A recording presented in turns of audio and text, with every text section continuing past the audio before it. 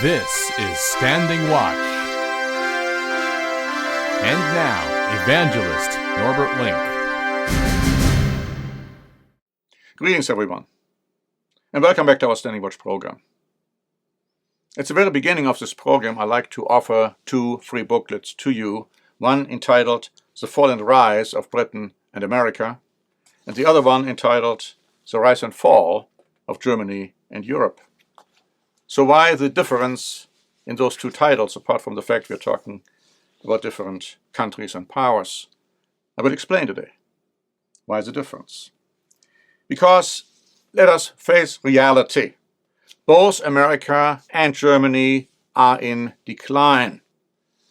But as I will show you, the reactions are quite differently taken by the peoples. Let's start with the United States. The editorial board of the New York Post wrote on August 20 regarding America's economy. Average Americans are spending $709 more per month on everyday goods and services like food than they were 2 years ago.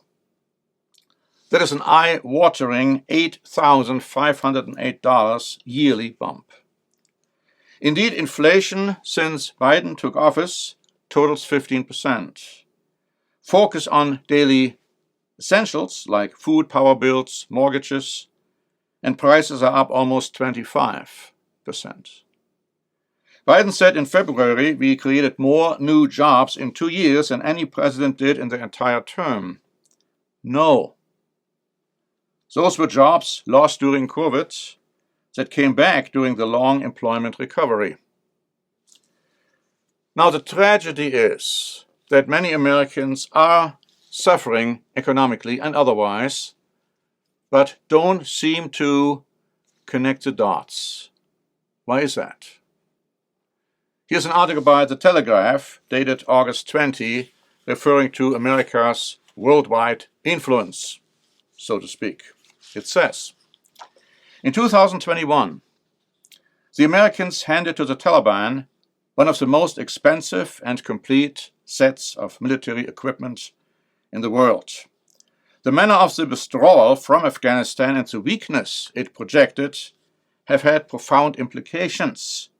Many experts believe that Vladimir Putin's long-held desire to annex Ukraine was sparked into action by the ineffectual way in which the US withdrew. With energy prices soaring last summer due to the fallout of the Ukraine war, Biden personally went to Saudi Arabia and asked them to increase oil production. There was a time when an American leader just needed to pick up the phone. But Saudi Arabia cut production. It was an amazing sign, not only that the Saudis didn't need to do what the US asked, but could do the opposite if they choose. In such a situation, dangerous new alliances form. What has been most striking in the past year has been the efforts by the Chinese to step into the roles once expected of the US. The Americans, meanwhile, just talk the language of taking as long as it takes regarding the Ukraine war. None of this is helped by the lack of confidence that anybody dealing with the US president himself must feel. Last month, Biden held a meeting at the White House with the Israeli president Isaac Herzog. The hope was that it would reassure the Israelis that the relationship was as solid as ever. This came at the same time as Biden was chiding Prime Minister Benjamin Netanyahu for his judicial reforms. That in itself is a classic Biden misstep.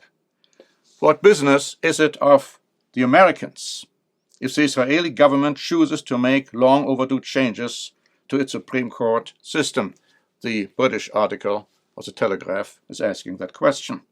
Continuing, Tehran is once again extorting the US by demanding money for prisoners. Expect lots of cash to be handed over once more, as during the Obama-Biden years, to a regime dancing on the edge of trying to become a nuclear power. For many countries in the region, Saudi Arabia and Israel perhaps most of all. That is the nightmare scenario. An Iran that goes nuclear fast.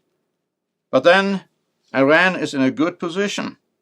It has some strong friends and some weak enemies, including the United States. Now, can't you see, just taking these few examples, that the United States is in decline, domestically and internationally? But as I said, many Americans do not seem to connect the dots. Now, that's different when it comes to Germany. Let's talk about Germany in a little bit here.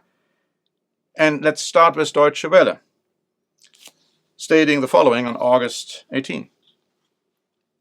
If you think Germany is efficient and decisive, you probably don't live here.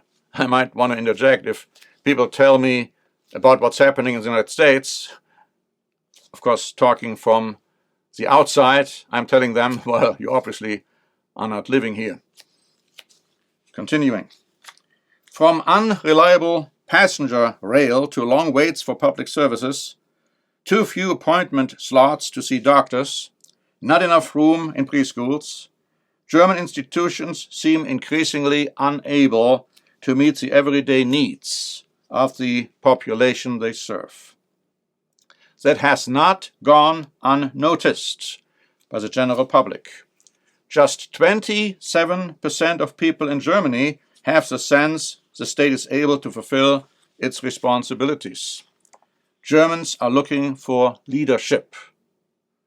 Now, the fact of the matter is, there is no leadership in Germany today, but things will change. Daily Mail wrote on August 18. The German economy, now in recession, has declined for 3 consecutive quarters. The country is gripped by a variety of woes, signaling long-term decline, most of which can be traced to Angela Merkel's 16 years of German chancellorship.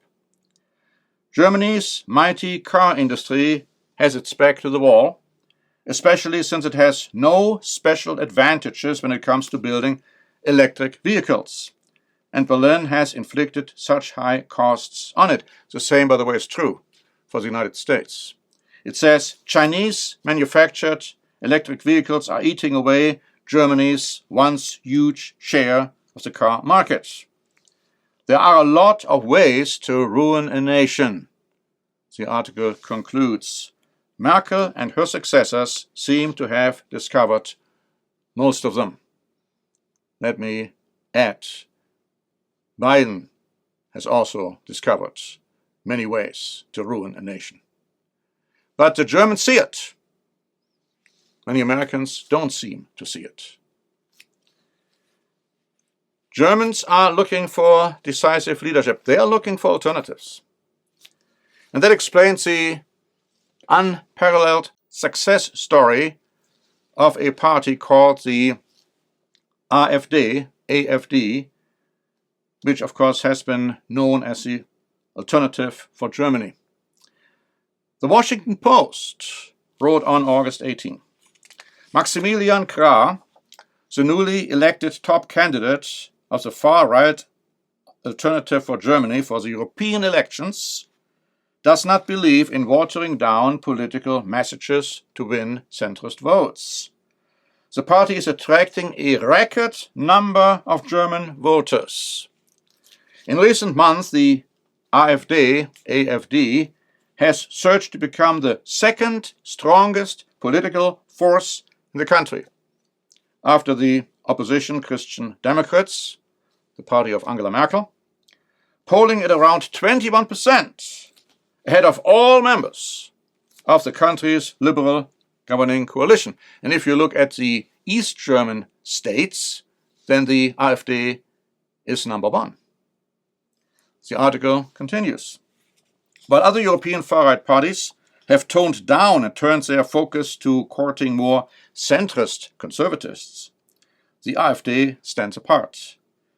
The experts and pundits always tell us that if you want to have better election results, you have to give up your positions. You should become a more centrist-style party, said Krah.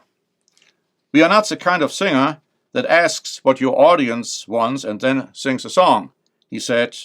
We have a clear ideology. That's exactly what Germans want to hear. Goes on to say, Krah rejects the notion that the party is becoming more extreme or that he is to the right of it. The idea that immigrants are replacing ethnic Germans is a description of the situation rather than a conspiracy theory, said Krah, who also does not see an issue with saying that Germany should reclaim its rightful place in the world. Germany is a country in a crisis. It's not just an economic crisis, it's also an identity crisis, he said. It's a crisis where Germans forgot to be proud of their own fathers and grandfathers, mothers and grandmothers. The AfD's record high position in the polls comes amid brimming dissatisfaction with Germany's ruling three-party coalition led by Chancellor Olaf Scholz's center-left Social Democrats. Krah says established political parties have no answer to real issues Germans face. Absolutely reflecting and responding to what many Germans do feel.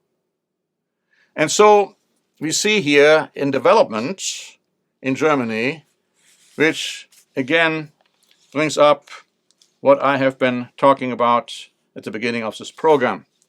Because these two booklets, which you definitely should order, the one is called The Fall and Rise of Britain and America. It explains to you from the pages of the Bible that the decline of America, and also of Great Britain for that matter, is inevitable. It's not going to get substantially better. It's going to continue up to a point where in the coming nuclear World War III, America will be destroyed. And those who survive will be in captivity. That is the fall of Britain and America.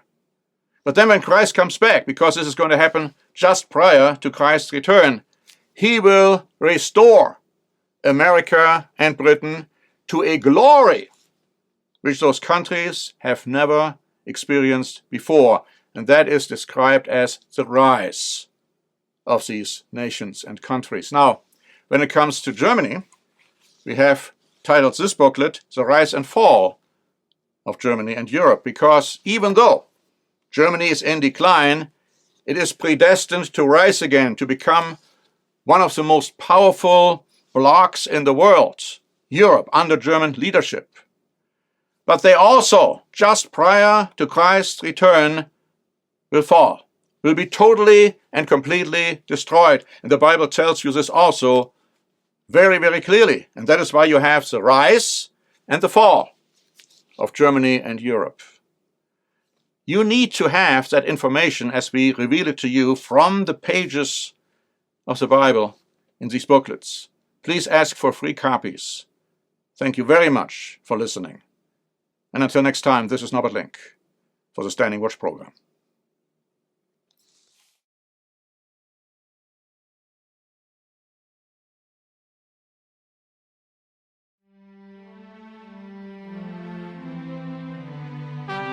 Standing Watch is a presentation by The Church of the Eternal God, P.O. Box 270519, San Diego, California 92198.